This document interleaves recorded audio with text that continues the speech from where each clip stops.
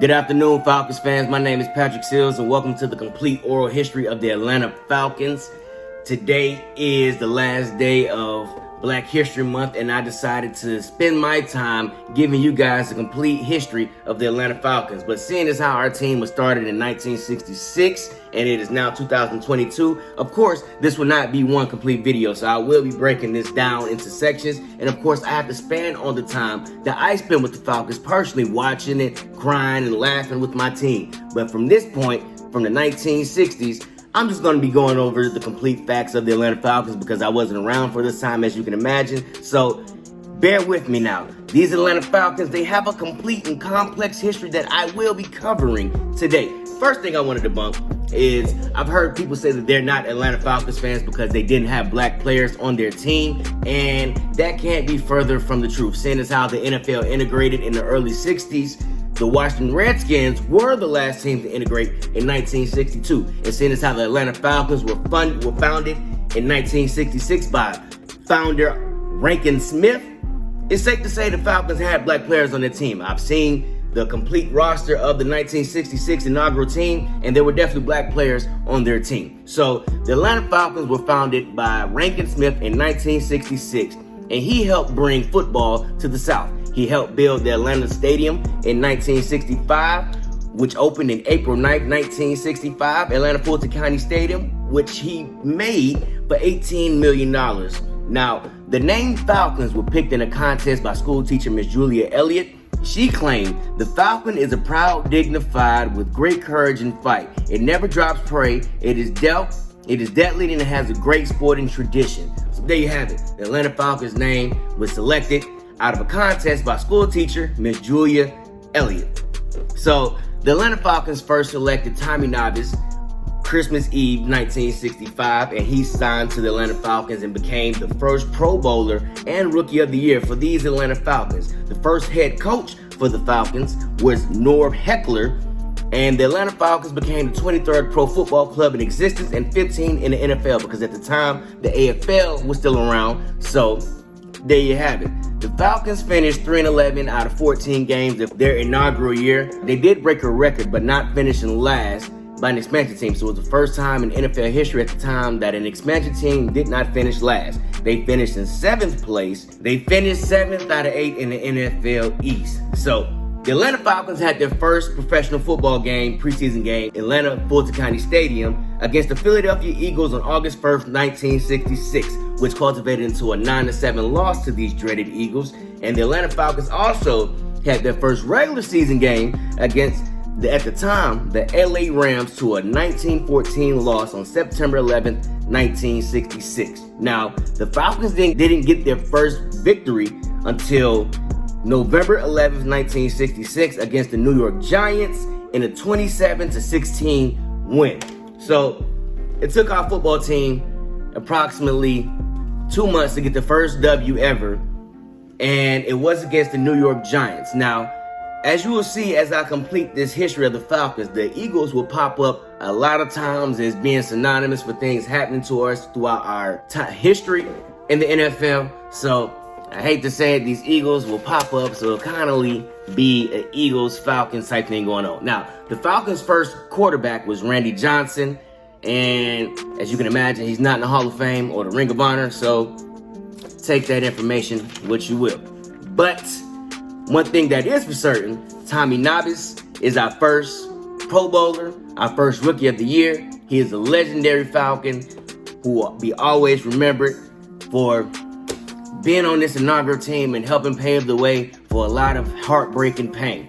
Now, the Atlanta Falcons broke a then record for season ticket sales with 40,000, as football was still new to the South at the time. The NFL, more specifically, the NFL was introducing a whole demographic of people to the American way of NFL pro sports.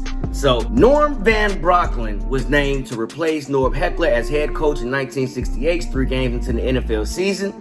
We didn't win our first season opener until 1969 to the San Francisco 49ers in a 24-12 loss at Fulton County Stadium. During that time, QB Randy Johnson was named NFL Offensive Player of the Week as he lit up the 49ers with multiple touchdowns.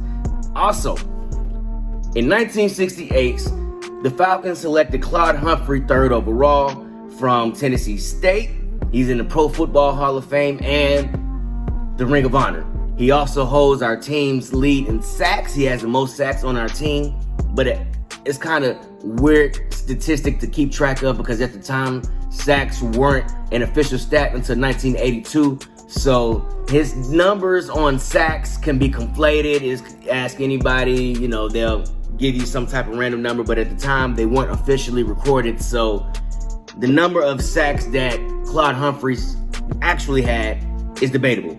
So Jeff Van Note, offensive lineman, was selected 262 overall, 11th round in 1969 from Kentucky. He is also in the Ring of Honor. And then I'm going to say this, the Atlanta Falcons don't have too many players in the Hall of Fame. They have two future Hall of Famers now, but since they're still playing, they're not in the Hall of Fame yet. So they only have Tommy Novice, Claude Humphreys, and Jeff Van Note from the 60s decade who played for the Atlanta Falcons are in the Ring of Honor. So the 60s were not a good time for the Atlanta Falcons. They're an expansion team. They lost way more times than they won. Actually, they only won 12 games in the 60s in those 4 years, and they lost 43.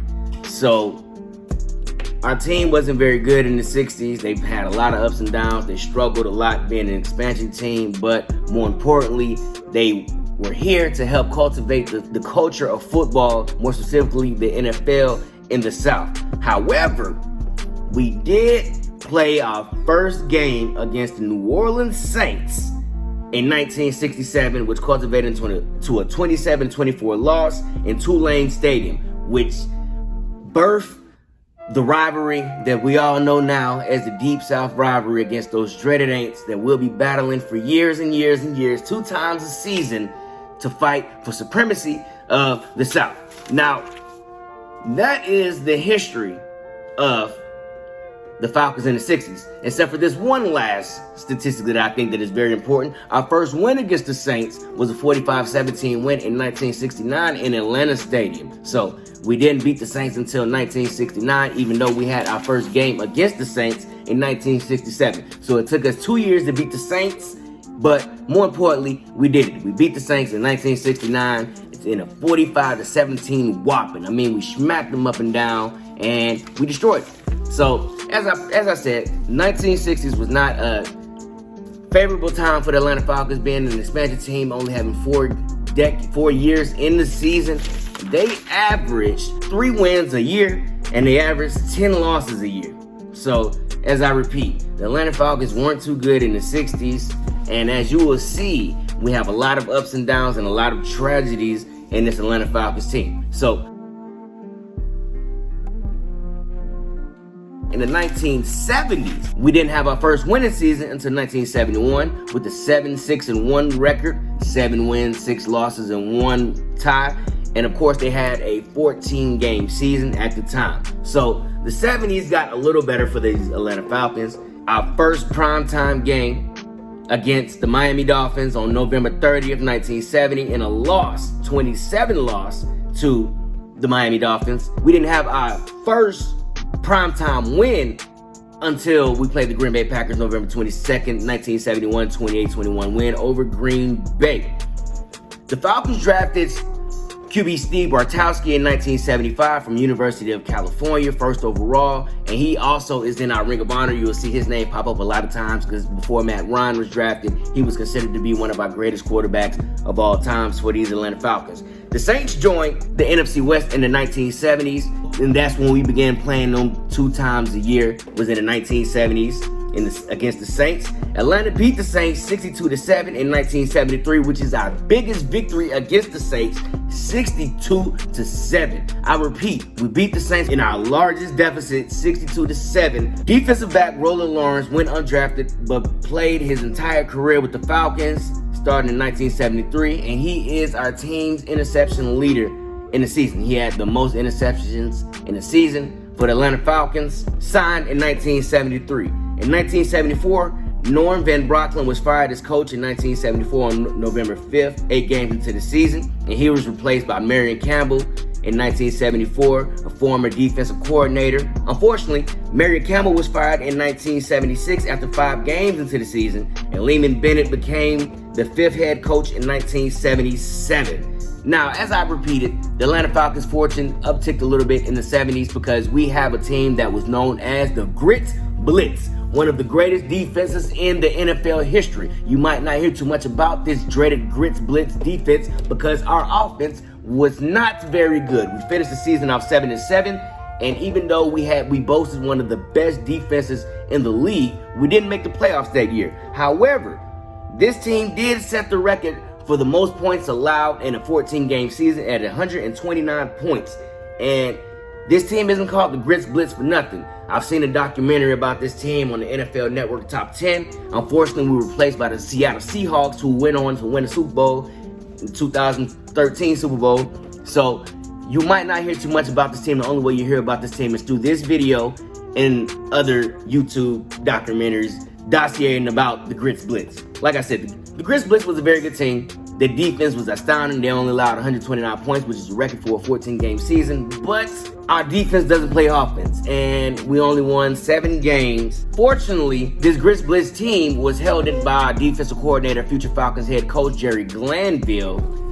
He helped cultivate this team that was known as the Grits Blitz. Now, 1978 is the year that the Falcons first made the playoffs. The Falcons made the playoffs with a 9-7 record for the first time in team history, led by the defensive unit, which was still known as the Grits Blitz. The Falcons beat the Eagles in their first ever playoff game, while more than a decade previously, Philly was our first ever opponent in a preseason game, August 1st, 1966, that we lost. And like I said, we're going to be seeing these Eagles pop up a lot throughout our history because we just can't shake these birds, man. We can't shake these birds. However, the Falcons were eventually eliminated by the Dallas Cowboys, who represented the NFC in the Super Bowl. And stop me if you heard this story before. The Falcons were up late in the fourth quarter until Werner Staubach decided to put the team on his back and come back and beat us.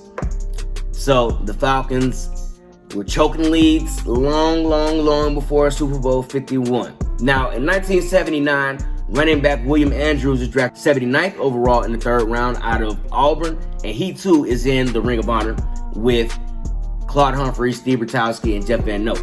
Also in 1978, offensive lineman Mike Keene was drafted 13th overall in the 1st round out of Michigan, and he's also in the Ring of Honor. So the Falcons have quite a bit of few players in the Ring of Honor. Majority of them are linemen, defensive linemen, and offensive linemen. They played on tremendously bad teams. They had no help around them. Now, the 79 Falcons did not make the playoffs because of injuries. Our fortune still was on the uptick, so the Falcons' fortunes was looking great. Now, in the 80s, the 80s started off hot for the Falcons. The 80s started off hot. We went to the playoffs again. We opened with our first division title of the NFC West. We won our first division title in the NFC West. In the 1980s, the Falcons won 12 games and lost 4. We were 12-4 on the season. And we had our first number 1 seed in the playoffs. We had home field advantage throughout the playoffs, but unfortunately, it didn't do too much for the Falcons as our season was ended by the Dallas Cowboys in Atlanta. Stop me if you heard this before. After blowing a 27-17 lead in the 4th quarter, Dan White, I believe his name was, came back and beat the Falcons in tremendous fashion in Fulton County Stadium in front of our friends, family, and loved ones. Steve Bertowski had 3,500 passing yards and 31 touchdowns that year. William Andrews had 1,300 rushing yards. Alfred Jenkins had over 1,000 receiving yards that year. Linebacker Al Richards got 9 takeaways in consecutive games, while the team had 42 total takeaways. So this 1980s Atlanta Falcons team is ranked as one of the best Atlanta Falcons teams of all times. We had that's our 3rd highest win total of the time. We had 12 wins. Our highest total win total we had was the 1998 Falcons, who won 14 games, and the 2010, 2012 respectively tied for the 2nd most wins in Atlanta Falcons history with 13. So, as I said, the 1980s started off good. The Atlanta Falcons went to the playoffs. They had a number 1 seed. Unfortunately, we choked the lead in the 4th quarter against the Dallas Cowboys. Now, that 1981 Falcons had a disappointing season. The Falcons gained the 9th pick overall in the 1982 draft and picked Gerald Riggs out of Arizona State, who was also part of the Ring of Honor. Now, Gerald Riggs is a phenomenal person. He holds the most career rushing yards for the Atlanta Falcons with 6,631 rushing yards and 48 touchdowns. So, Gerald Riggs, of course, is not in the Hall of Fame, but he is in the Ring of Honor, and he is one of the great Atlanta Falcons. And he boasts the most rushing yards for the Falcons in his career. Now, the 1980s were not too good for these Atlanta Falcons. We suffered lots and lots of losses and defeat.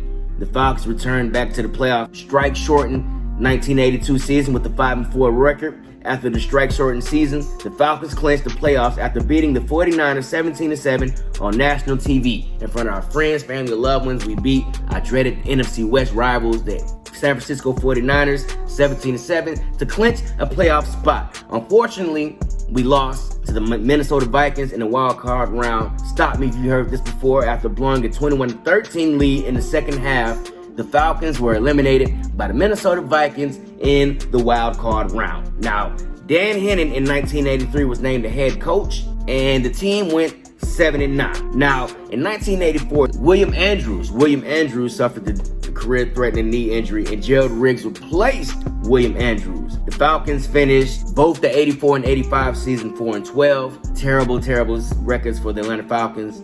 And in 1986, the Falcons finished 7-8-1, 7 wins, 8 losses, and 1 tie. And QB Steve Bertowski was replaced by Dave Archer. And Dan Henning was fired for Marion Campbell. Marion Campbell was the Falcons head coach in the 1960s. So we brought in another losing head coach to replace a losing head coach. And of course, we lost Ring of Honor QB Steve Bertowski, and he was replaced by David Archer. In 1987, the Falcons selected Jesse Tuggle. Jesse Tuggle went undrafted in the NFL draft, and he came out of Valdosta, and he is also in the Ring of Honor. He holds the most tackles, period, solo tackles, with 1,639 tackles throughout his NFL career with the Atlanta Falcons. And as you would know, he is the father of Grady Jarrett, current defensive tackle for the Atlanta Falcons. Now, in 1985, Billy White Shoes Johnson became NFL's all-time leading punt returner. Billy White Shoes Johnson being famous for